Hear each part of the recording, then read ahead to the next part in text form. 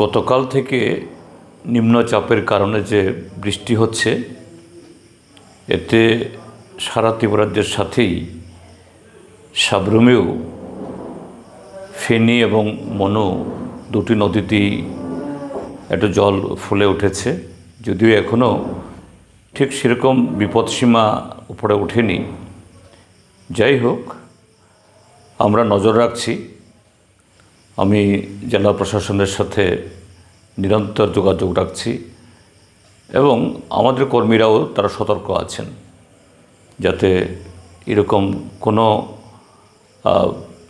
গতবারের মতো যে ফ্লাড হয়েছিল সেরকম পরিস্থিতি হলে আমরা ঝাঁপিয়ে পড়তে পারি, যাতে কম ক্ষতি হয় তার ব্যবস্থা করতে পারি। এখন এই অবস্থাতে চালতাছড়ি দিয়ে এই হরিণা অর্থাৎ জাতীয় সড়কের উপর একটা ব্রিজ দীর্ঘদিন ধরে কাজ হচ্ছে এনবিসিসি দ্বারা, পিএমজিএসওয়াইয়ের।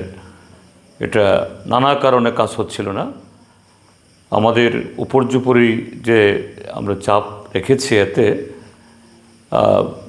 ব্রিজের যে উপরতলায় এই তার যে মূল ইয়েতে আর কি, এই কি বলে ছাদের অংশে ডালাই টালাই ইতিমধ্যে শেষ হয়েছে, কিন্তু তার দুটো অ্যাপ্রোচ, দুদিকে এই যে কন্ট্রাক্টর এই ব্রিজের কাজ পেয়েছে তিনি এটা করছেন না। এটা নাকি তার এই টেন্ডারের মধ্যে নেই। আজকে আবার এই বৃষ্টির কারণে সেখানে আমাদের সরকার থাকার সময়তে যে একটা ফুটব্রিজ ছিল আরডি থেকে করেছে, এটা জলে ডুবে গেছে।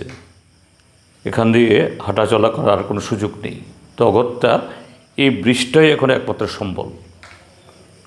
তো আমি একটু আগেই পিডব্লিউডির চিফ ইঞ্জিনিয়ারের সাথে কথা বলেছি, সাবরুমের এক্সিকিউটিভ ইঞ্জিনিয়ারের সাথেও, যাতে খুব দ্রুততার সাথে যাতে তার দুদিকের অ্যাপ্রোচ চালতাছড়ির দিকে এবং এই হরিণা বাজারের দিকে, সেখানে অন্য এজেন্সির জন্য অপেক্ষা না করে পিডব্লিউডির জন্য কাজটা করে দেয়।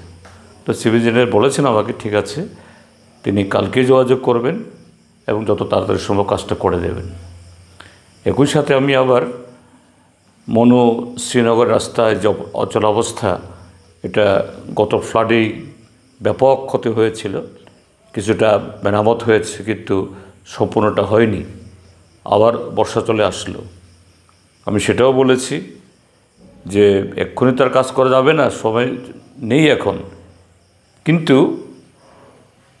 এই বর্ষাতে যাতে যোগাযোগ, গাড়ি চলাচল যাতে বন্ধ না হয় এটা নজর রাখতে, এবং বর্ষা শেষ হলেই যাতে পুরো এই রাস্তাটার নতুন করে যেন কাজ হয়। চিফ ইঞ্জিনিয়ার বলেছেন তিনি এটাকে খুব গুরুত্বের সাথে দেখবেন।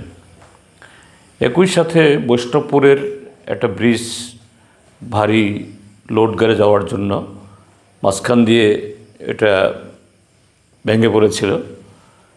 তো পিডব্লিউডি আজকে কাজ শুরু করেছে, অন্য জায়গা থেকে বেলি ব্রিজের অংশ নিয়ে এসে এক্ষুনি আমাকে এক্সিকিউটিভ ইঞ্জিনিয়ার জানিয়েছেন 5-6 দিন লাগবে। তো তারা কথা রেখেছেন, আজকেই কাজ শুরু করেন বলেছেন, কাজ শুরু করেছে বৃষ্টির মধ্যেও। আমি তাদেরকেও ধন্যবাদ জানিয়েছি।